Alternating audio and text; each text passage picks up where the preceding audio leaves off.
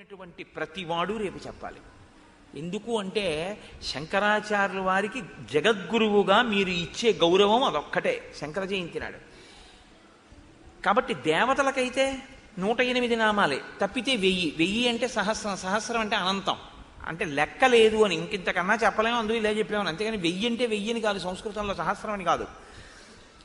108 అంటే 108. ఎందుకు 108దో తెలుసా అండి? ఈ లోకంలో ఎవరు పుట్టినా 27 నక్షత్రాల్లోనే పుట్టాలి. 27 నక్షత్రాలకి 4 పాదాలు ఉన్నాయి. 27 నక్షత్రాలకి 4 పాదాల చొప్పున 108. అంటే 108 పాదములలో పుట్టడం తప్ప ఈ 27 నక్షత్రముల యొక్క 4 పాదాల చొప్పున 108 పాదాలలో తప్ప అసలు పుట్టడానికి వేరొక సమయము లేదు. ఎవరు పుట్టినా నక్షత్రాన్ని బట్టేగా గుణించేది. కాబట్టి నక్షత్రాన్ని ఆధారంగా తీసుకుంటే ఈ సమస్త భూతములు కూడా ఈ 108 పాదములలో పుట్టాయి. 108 పాదములలో పుట్టిన సమస్త భూతముల యొక్క శాంతిని కోరడం లోకశాంతిని కోరడం. సనాతన ధర్మంలో నేను బాగుండాలి, మా ఆవిడ బాగుండాలి, మా అబ్బాయి బాగుండాలని పూజ చెయ్యం.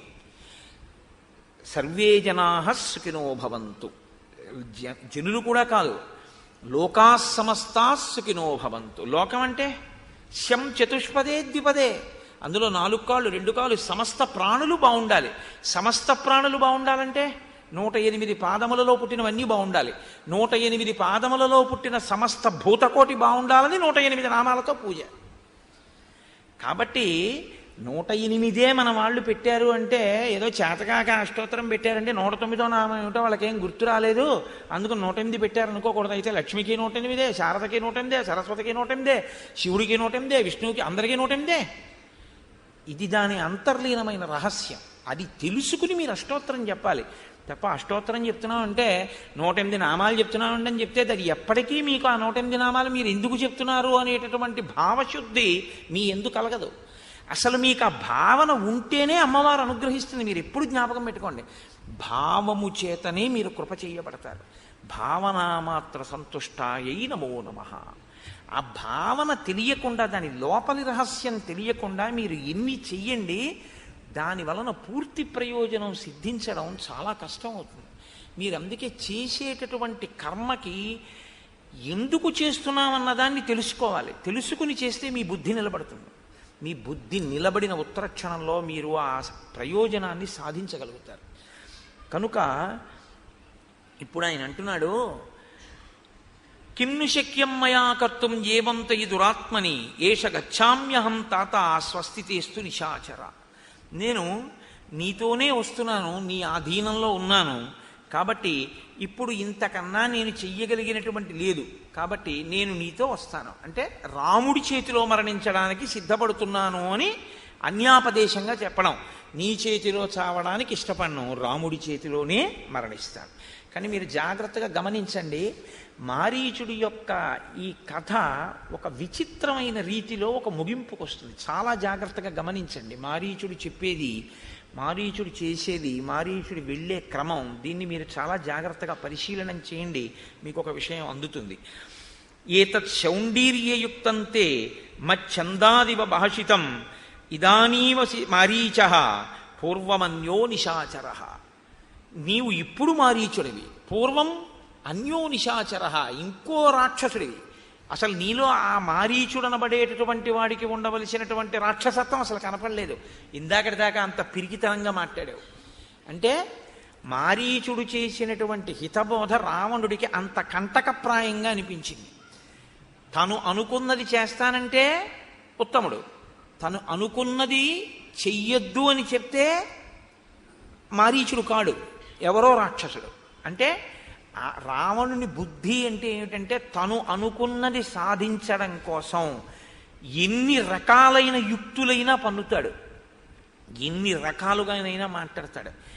ఈ తన అనుకున్న కార్యాన్ని సాధించడం అన్న దానికోసమని చెప్పి తను ఏది మాట్లాడినా శాస్త్రం అదే అంటాడు, తను ఏది చేసినా అదే శాస్త్రీయం అంటాడు. ఇది అత్యంత ప్రమాదకరమైనటువంటి ధోరణి. ఇది దేని కొరకు చేస్తాడు? తన కొరకే చేస్తుంటాడు. తన కొరకు చేయడం తప్ప ఇతరుల యొక్క సుఖాన్ని తన దృష్టిలోకి ఎప్పుడూ పెట్టుకోడు. ఈ పెట్టుకోకపోవడం వల్ల ఏమవుతుందంటే రావణునితో సంబంధంలోకి వెళ్ళిన వాళ్ళందరూ ఏడుస్తారు. ఇలా ఏడిపించే స్వభావం ఉన్నవాడు కాబట్టే రావణుడు అయ్యాడు. రవయతి అసత్ప్రలాపాన్ కరయతీతి ఇది రావణ.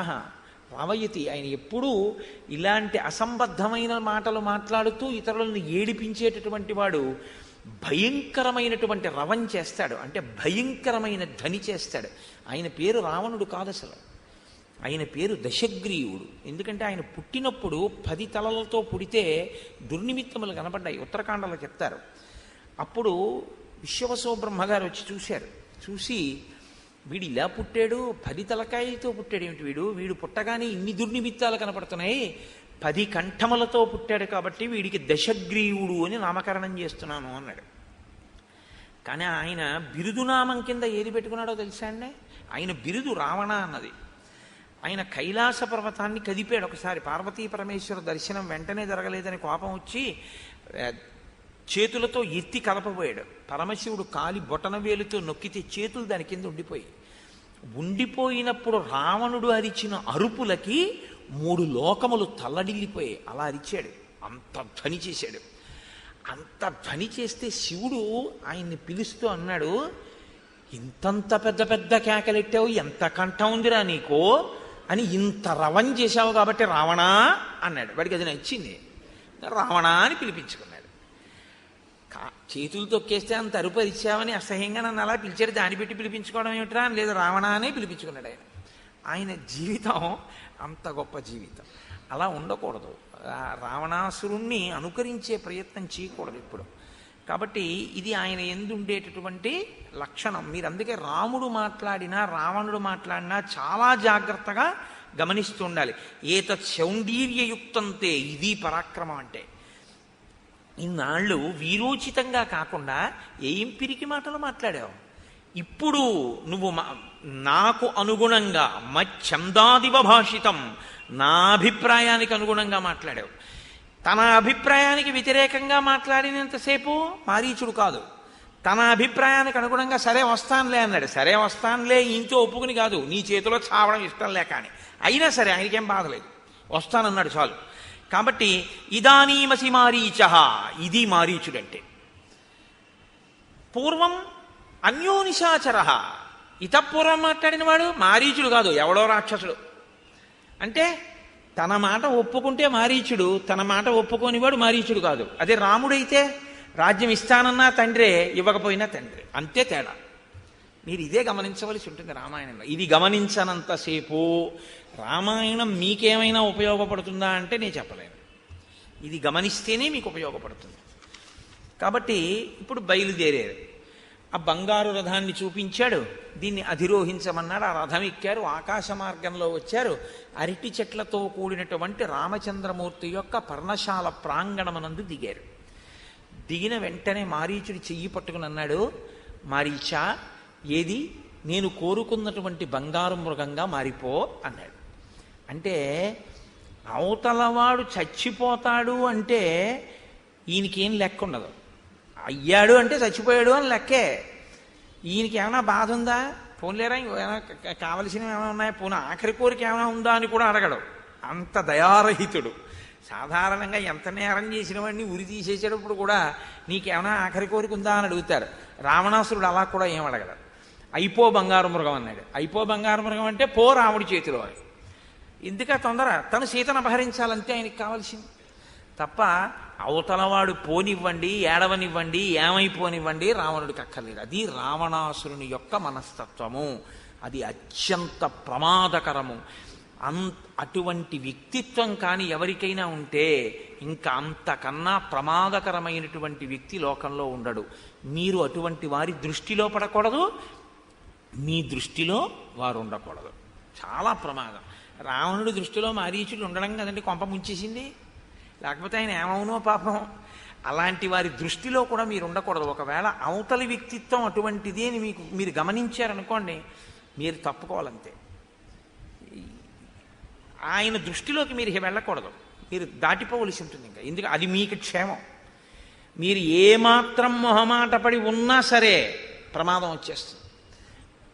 మారీచ రావణోపాఖ్యానం మీరు చూస్తున్నారుగా వాళ్ళిద్దరి మధ్య సంబంధాన్ని.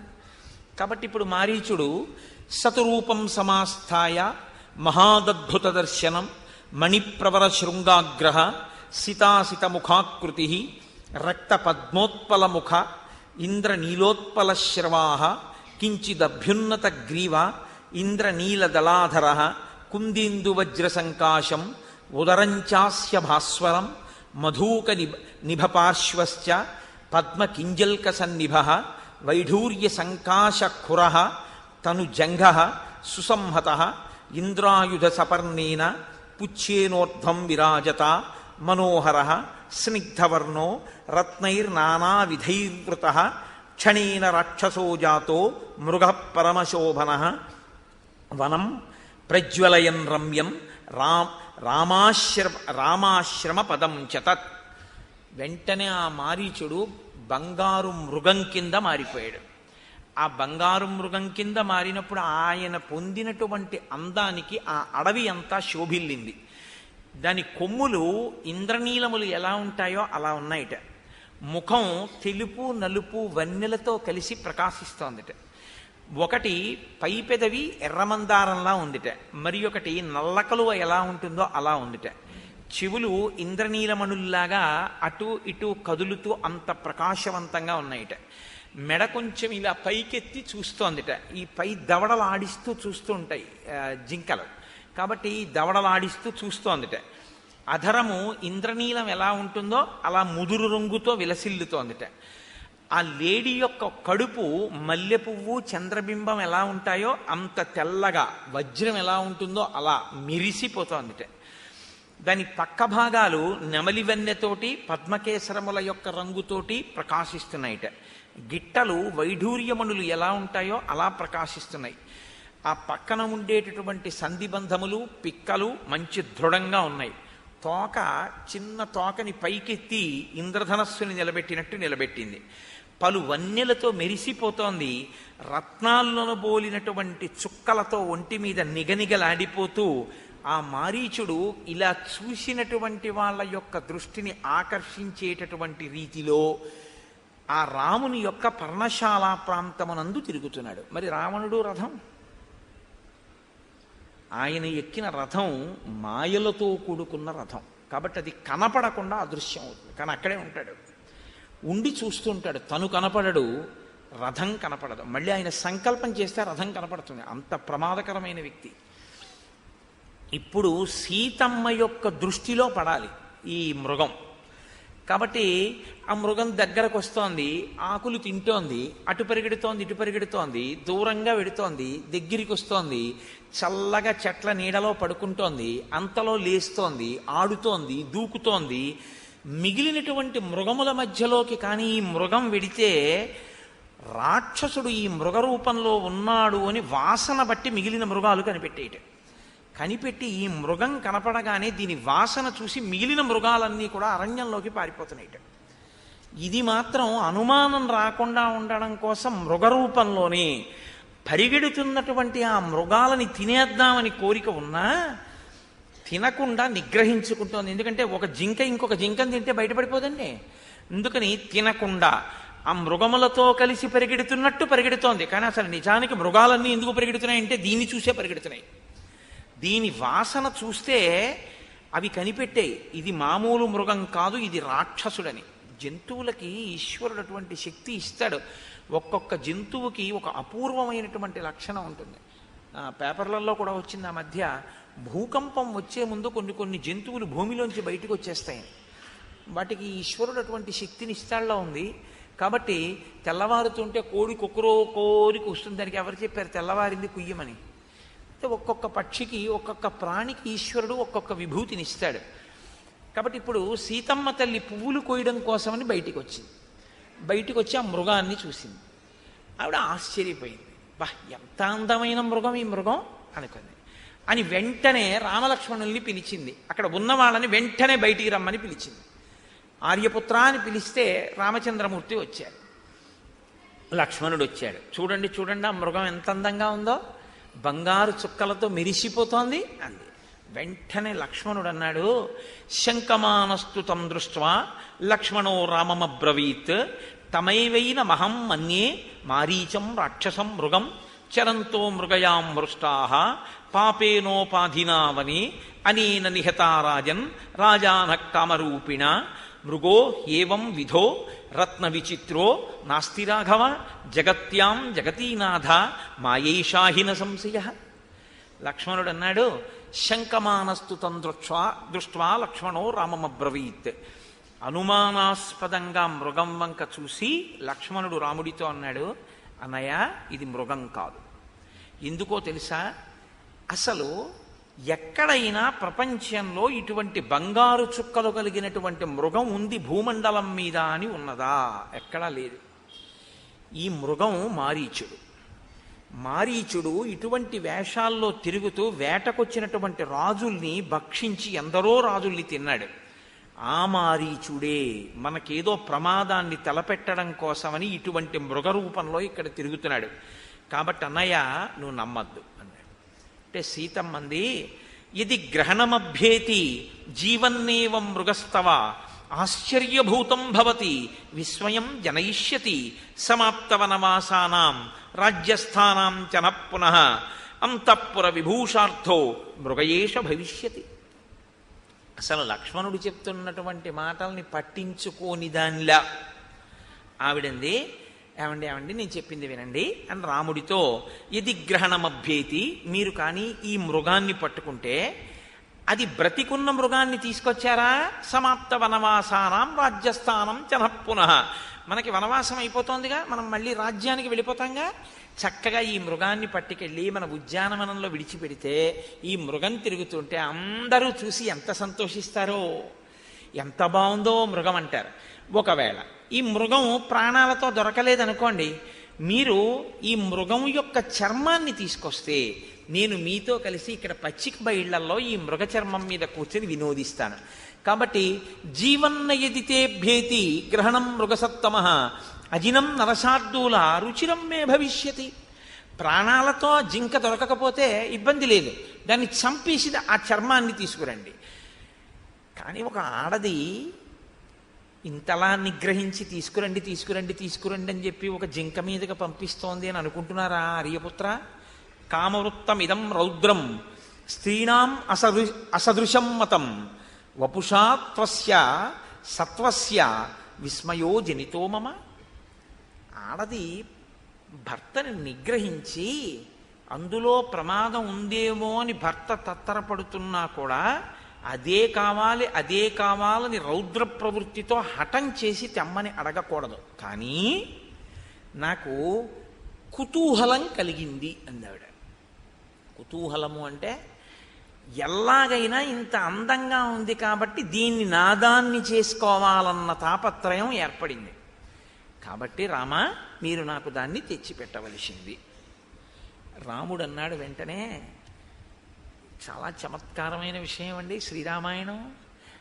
రాముడు అన్నాడు, యది వాయం తథాయన్మాం భవేద్వదసి లక్ష్మణ మాయేషా రాక్షసస్యేతి కర్తవ్యోస్య వధోమయ. ఆయన వెడదామని నిశ్చయించుకుని లక్ష్మణుడికి చెప్తున్నాడు, సీతమ్మకి చెప్పట్లేదు.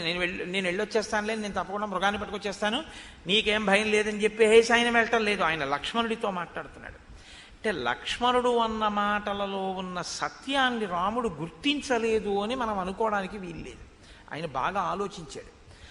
ఆయన అన్నాడు, ఒకవేళ లక్ష్మణ నువ్వు చెప్పినట్టుగా ఇది మృగం కాకపోతే రాక్షసుడై ఉంటే అప్పుడైనా చంపేయాలిగా. రాక్షసుడు ఇలా తిరుగుతుంటే ఊరుకోకూడదుగా, చంపాలిగా. కాబట్టి వెడతాను. ఏతేన హిందృశంసేన మారీచేనాకృతాత్మన వనే విచరతా పూర్వం హింసితా మునిపుంగవాహ. మారీచుడు ఇత పూర్వం తమ ధర్మాన్ని తాము అనుష్ఠిస్తున్నటువంటి మునిపుంగవుల్ని బాధపెట్టాడు. వేటకొచ్చినటువంటి రాజుల్ని కూడా కబళించి తిన్నాడు. కాబట్టి ఒకవేళ మారీచుడైతే ఆ మారీచుడైనా నేను సంహరించవలసిందే. కాబట్టి ఇప్పుడు నేను సంపడం కోసం బయలుదేరుతున్నాను. ఆ మారీచుడికి 2 మాటలు రాముడు ప్రాణభిక్ష పెట్టాడు. 2 మాటలు ప్రాణభిక్ష పెట్టబడినటువంటి మారీచుడు 3వ మాట రాముడికి ఎదట పడుతున్నాడు. 3వ మాట ఎదట పడ్డాక మరణించాడు. 2 మాటలు ప్రాణభిక్ష రాముడి దగ్గర పుచ్చుకున్నటువంటి